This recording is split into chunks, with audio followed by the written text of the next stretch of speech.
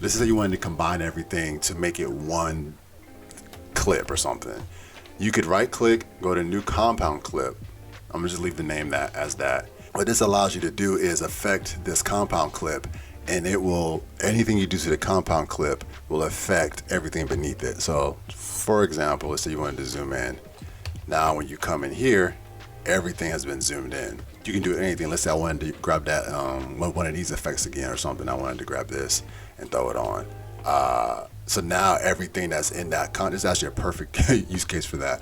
But let's say now that everything, like I wanted to pop everything up like that. So instead of having to grab that effect to make that picture-in-picture look on everything, by like individually, I made a compound clip, and now we're good. So if you wanted to be able to get into the compound clip now, all you need to do is open a new timeline, and it creates a new timeline here at the top.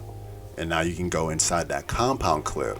It created its own timeline, and now you can edit each clip individually if you need to, and then you can come out, and now everything's under there. If you want to see even more DaVinci Resolve tips and tricks, be sure to subscribe. Until next time, peace.